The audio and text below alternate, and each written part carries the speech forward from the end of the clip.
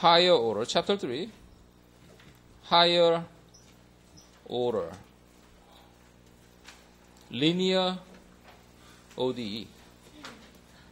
Okay, we even have linear system only for second order, right? Because nonlinear, it's too hard, right? But in higher order, definitely it's only linear system, okay? Not nonlinear. We cannot deal with that. So if you make the most general case of the ODE for the higher order, that becomes this. Pn minus 1 times y to the n minus 1 plus p1 of x y prime plus p0 of x times y is r of x. Okay? That's the nth order linear ordinary differential equation. Okay, if it's a second order, it's 2 here, double prime, plus 2 is p1, y is, y 1 prime, and you have this. Okay? And same principle applies for the solution, which is y homogeneous plus y particular, right? So y homogeneous, in his case, you have y1 to yn, right? You have yn number of solutions, small solutions, right? And you can, but they are linearly independent of each other, right, of course. And then the linear combination, C1 plus Cn times yn, right? Linear combination of all n solutions plus yp.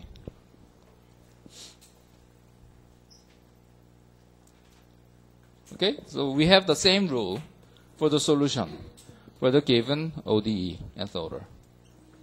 Okay, so but one important fact is linearly independent, right? Since it's a n wise, linear independent check is really important, right? Otherwise, it's all invalid. Okay, so for linear independence, we need Wronskian, right? To check the linear independence of the solutions. So W is actually y1, y2, yn, right?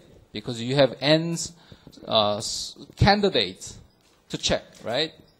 And the next row is you differentiating each, right? That's the Wronskian rule, right? And you keep doing until y1 to the n minus 1, right? y2 n minus 1. yn n minus 1. Okay? That's the definition of Wronskian. Okay, so I'm going to give you an example how to calculate W in order 3. Okay? So y1, y2, y3, y1 prime, y2 prime, y3 prime, y1 double prime, y2 double prime, y3 double prime. Okay? This is the determinant, and this is how you get it. First, you pick y1. Okay? And exclude the row and column that it belongs. Okay? And the rest is this. Okay? So that's how you write it. So y1 times the determinant, the subdeterminant, the smaller determinant, okay? Which is y2 prime, y3 prime, y2 double prime, y3 double prime. Okay? And you pick next one, y2. So you exclude the row and column that y2 belongs this time, okay? Like that. And you have this one and this one left, right? This one and this one left. To make y2 times the smaller determinant, which is y1 prime, y3 prime, y1 double prime, y3 double prime. Okay? But you put minus here. So it's a plus, minus, whatever, right? To the n. And the next one is, as you can, guess, y3, okay? So plus y3, because plus minus plus. And you have a smaller determinant. If you exclude that, that's y1 prime, y2 prime, y1 double prime, y2 double prime. Okay? Now you can calculate it, right? You 2 by 2 determinant. That's how you do it. For nth order, you're doing this n times. We can specify the specific case, which is homogeneous, right? R is 0 with constant coefficient case. Okay. In this case, we can have much, deeper analysis on that solutions, right? So same thing, same principle. We try with one solution, right? Y is e to the lambda x, right? E to the lambda x is the function that has its own form when you do the differentiation, right? It's a very good candidate for this higher order linear differential equations, right? So same thing, you do this, y prime, y double prime, and you put it in, right? N to n minus 1, right? Primes, and you put it in, right? And then you arrange it, then you know that you're going to get characteristic equation, right? That's the same principle with the second order. So nth order, you're going to have the same form, okay? You don't have to even put it in, right? You now know that you're going to get characteristic equations, right? Then you get the roots of the polynomial, right? And in the second order, you used to have one distinct real roots, right? 2 real roots, right? And 1 double root, right? And you have complex conjugate, right? This time, you have same distinct real n reals, right? N real roots. So you're going to have n different solutions, right? That's what a homogeneous part, right? Since it has n, it's not just 2, right? Since it's n, you're going to have multiples of double roots, right? It could have. So let's say, for example, there are n doubles, okay? Multiple n doubles. All of them are doubles. For example, fourth order, okay? All of them are just 1. Lambda minus 1 to the 4 equals 0, for example, right? Then lambda is just 1. You need 4, right? You have to put this way, right? You have to keep multiplying x, right? That's what it is. Nothing but that, right? And complex case, same. If it's simple complex, that's what you've done, right? Let's say, for example, lambda is gamma plus minus I omega, right? Then you put like this, right? E to the gamma x sine omega x, right? That's a simple case. What if it's multiple complex, Okay? Some of them are, for example, let's say it's fourth order, but you had this, right? That means you have only two solutions, right? Then you need to put, x for the fourth order, right? So that's the only difference. I mean, because it's more than 2, 3, 4, 5, you're going to have multiple of doubles, complexes, right? So you're going to consider those by multiplying x to the same solutions to make it different, right? To make it linearly independent. Y triple prime plus 9 y prime is 0. Plus 9 lambda is 0. So it's lambda square plus 9 is 0. You can calculate the root equation for the third order. Okay? Then lambda is 0. plus or minus 3i. Correct? So it's a third order. You need 3 roots. Some of them might be repeating, right? But this time, this is complex conjugate 1, and the other one is just real number, right? So you need 3 subsolutions, right? So y1 is e to the 0, which is 1, right? y2 is, since the other 2 is conjugate, this is cosine 3 x or t, x, whatever. y3 is sine 3x. Okay? Right. So, this is 1 cosine 3x, sine 3x, and linear independence between them is really important, right? I mean, this is a very easy case, so you know that without, even calculating the Wronskian, right? You immediately know, but let's do it. Let's calculate the Wronskian to show you how you do, okay, in numerical example. So it's a cosine 3x, sine 3x, okay? So 1 differentiation of 1 is 0. It's minus 3 sine 3x. It's 3 cosine 3x.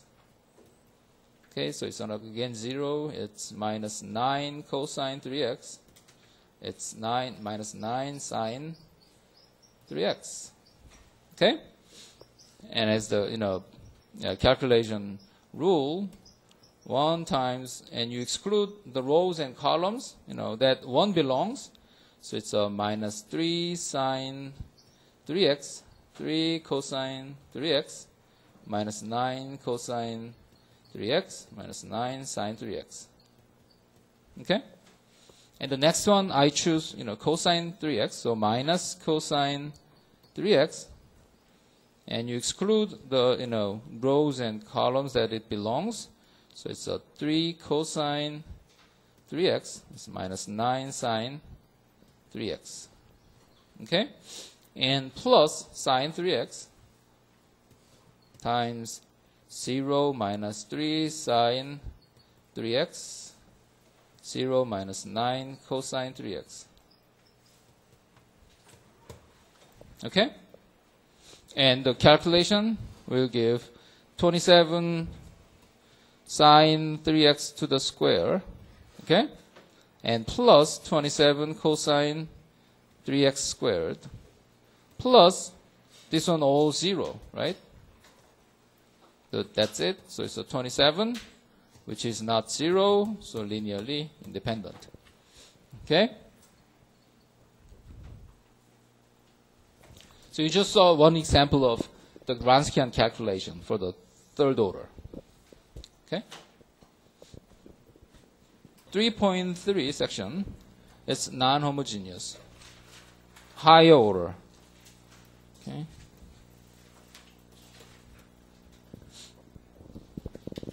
So R is not 0, so y to the n plus p n minus 1, y to the n minus 1, plus p1 y prime plus p naught y is R of x. Okay?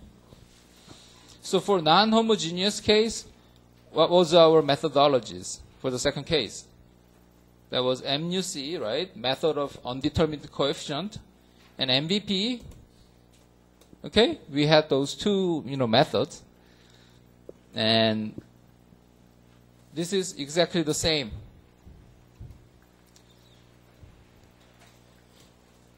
With the MUC that you learned, okay? There's nothing different. It's exactly the same MUC.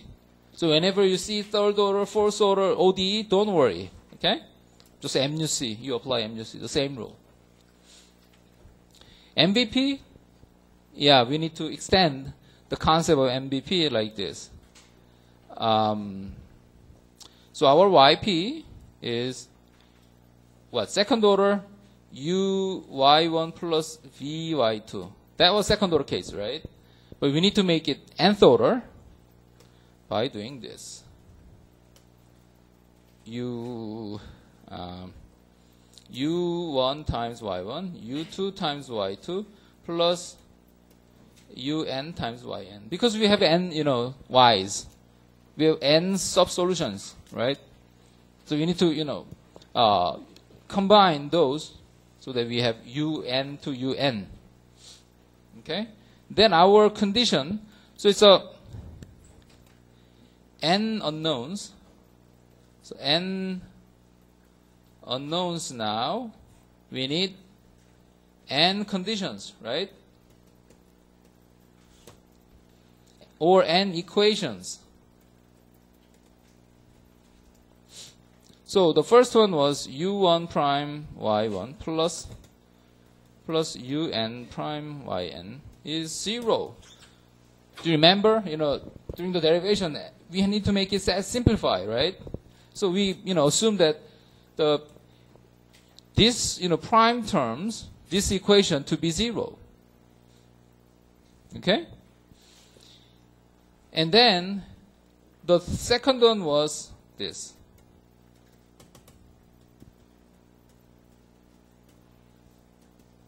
That was R, for the second order, right? But now it's still 0. So we need way to go. So it's u1 prime y1 n minus 1. Okay? Since it's n, it exactly extends to the nth case.